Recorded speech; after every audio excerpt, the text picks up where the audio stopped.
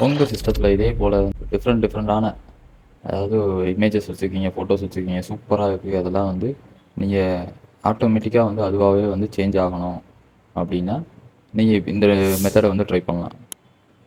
First வந்து right click பண்ணி பர்சனலைஸில் போனீங்கன்னு வச்சுக்கோங்க. அதுலேயே வந்து டிஸ்பிளே செட்டிங்ஸ் எல்லாம் ஓப்பன் ஆகும்.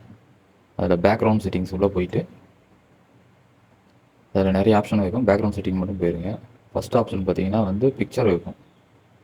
பிக்சரில் போனீங்கன்னா டிஃபால்ட்டாக வந்து விண்டோஸில் என்னென்ன இருக்கோ அது மட்டும் தான் வரும். அடுத்தது சாலிட் கலர் இருக்கும். அது வந்து பார்த்தீங்கன்னா வெறும் கலர்ஸ் மட்டும்தான் வரும்.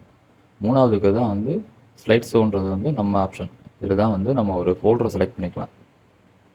இந்த ஃபோல்டரை செலக்ட் பண்ணிவிட்டு கீழே ப்ரௌஸ்னு இருக்கும். ப்ரௌஸை கொடுத்தீங்கன்னா வந்து எந்த ஃபோல்டர் வேணுமோ அந்த ஃபோல்டரை செலக்ட் பண்ணிட்டு சூஸ் த ஃபோல்டர்னு கொடுத்துடணும்.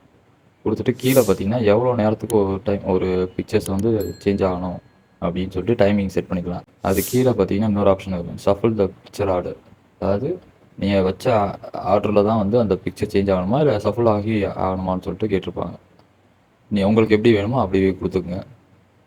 அதுக்கு அடுத்தது பார்த்தீங்கன்னா வந்து வர்ற பிக்சர்ஸ் எல்லாமே வந்து எப்படி இருக்கணும், ஃபுல்லாகி இருக்கணுமா, அதாவது ஸ்க்ரீன் ஃபுல்லாக வைக்கணுமா, இல்லை அந்த இமேஜஸே வந்து எந்த அளவுக்கு இருக்கோ அந்த சைஸில் மட்டும் தான் இருக்கணுமா அப்படின்னு சொல்லிட்டு நிறைய ஆப்ஷன் கொடுத்துருப்பாங்க. ஃபில் கொடுத்துக்குங்க, அதுதான் கொஞ்சம் பெட்ரு. ஓகே, இப்படி கொடுத்துக்கிட்டிங்கன்னா வந்து டெய்லியும் வந்து உங்கள் சிஸ்டம் வந்து ஒரு டைமிங்க்கு ஏற்றபடி வந்து அதுவாகவே வந்து இமேஜஸ் மாறிட்டே இருக்கும். பார்க்க கொஞ்சம் அட்ராக்டிவாக இருக்கும். நமக்கும் ஒர்க் பண்ண நல்லாயிருக்கும்.